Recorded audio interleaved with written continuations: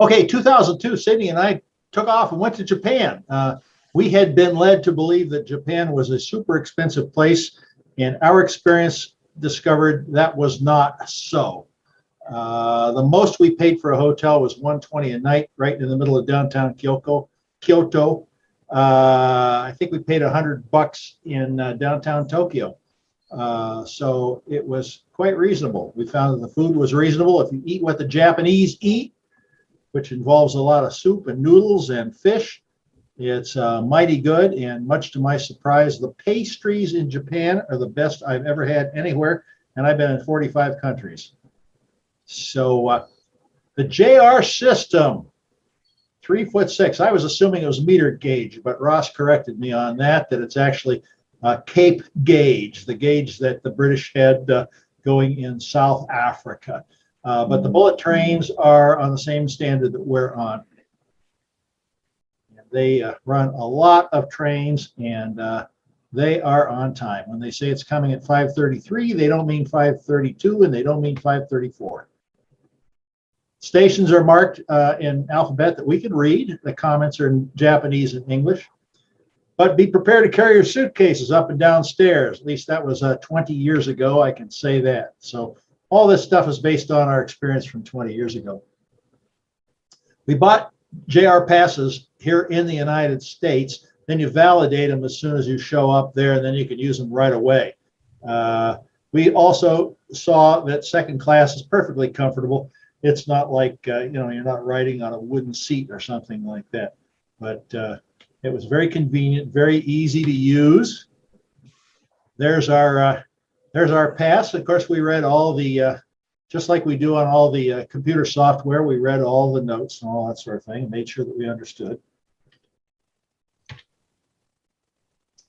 We could get reserved seats, but we really didn't need reserved seats. It seems that Japan's infrastructure has been seriously overbuilt, and they have a lot of trains with one or two people on the car, even on the Shin-Kan-Sen, but it's terribly during rush hour, it's pretty crowded though.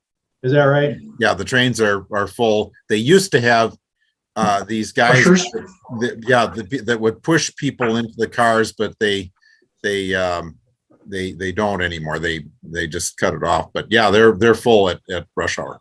Yeah. Well, and as you approach a station on the Shin-Kan-Sen, they ring a chime before they announce the name of the station, and it makes you remember your Christian heritage, because the chime is ding, ding, ding, ding, and you want to go risen today. You want to sing the rest of it.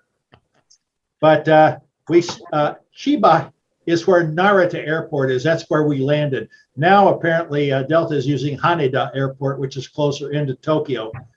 And after a couple of days in Tokyo, we took a train down here to Nagoya and changed and went up to Takayama up in the mountains.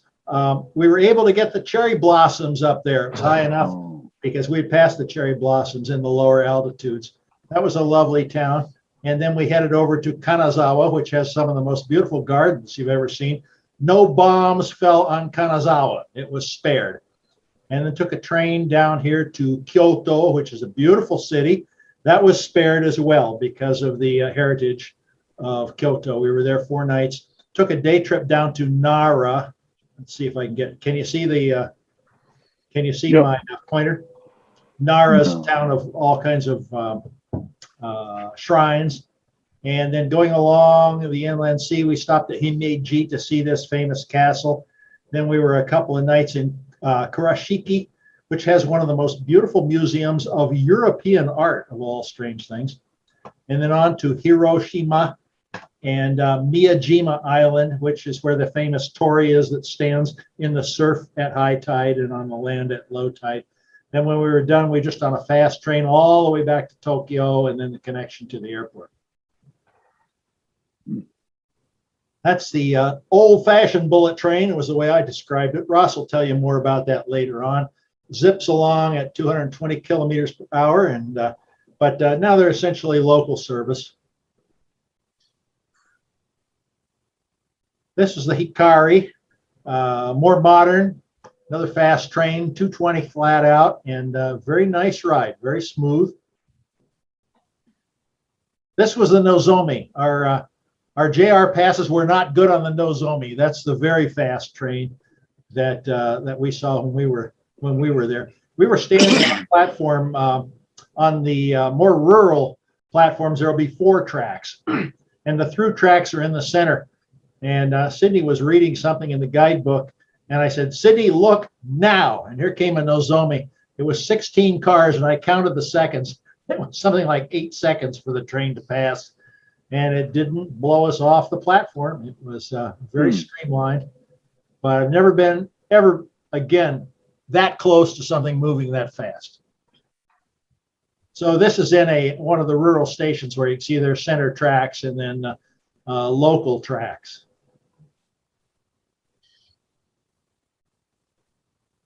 Here we are on a narrow gauge train, moving right along. We had, when we left, why can't I think of it? Just show it. Anyway, the little town up in the mountains. We came down to Takayama, and we had to change trains to get into Kanazawa. Again, nice ride, everything lovely. Met a nice gentleman who wanted to sit with us and practice his English, and his English was really quite good. It was a real charm. We did meet people all over Japan that wished to practice English. You can't remain incognito in Japan as an American. No way. Well, you just don't look too Japanese. No, not a whole lot. No, and being over 6 feet tall makes a difference too. Yeah. Kyoto, just as an aside, Kyoto has the most marvelous railway station. Very, very modern, very fancy, very tall. It's, I don't know, 11, 12. Were you in it, Ross? It's 11 or 12 stories tall. Yes. Shops, all kinds of beautiful things for sale in there. And I think on the second basement, it's got all kinds of goodies. Sweets and chocolates and pastries and all that. It's really an amazing place. This is up at Takayama and looking out our hotel window, but you can see it's all 3'6" gauge and all diesel power up there. I can't really tell you much about the Japanese trains. I could just say here are pictures of them, but we would see these triple truck units in various places. Some under juice and some diesel powered. Okay, here's another one. This is passing through Kyoto with freight. We saw these real short containers, lots of those containers around.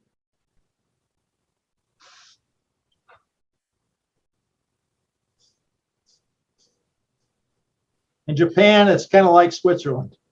Everything's pretty, everything works. Everything's dependable. Everybody's polite. Everything's picked up. Everything's dependable. This was on the Kintetsu line, which we had to take to go down to Nara. We had to pay an extra fare for that.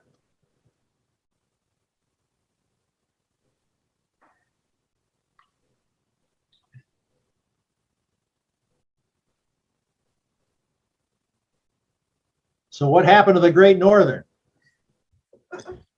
Yeah, that looks like the colors that some of the early model railroad manufacturers used. Pretty close to what they were using. That's probably where they got them. So, yeah. Oh, this must be right. Yeah. Yeah. There we are. This is up in the mountains. There was a village of traditional Japanese homes where they had brought many of them and reconstructed them there in sort of a heritage village. And we visited that and posed for a picture there. And this was the date, 14/4, the 14th of April.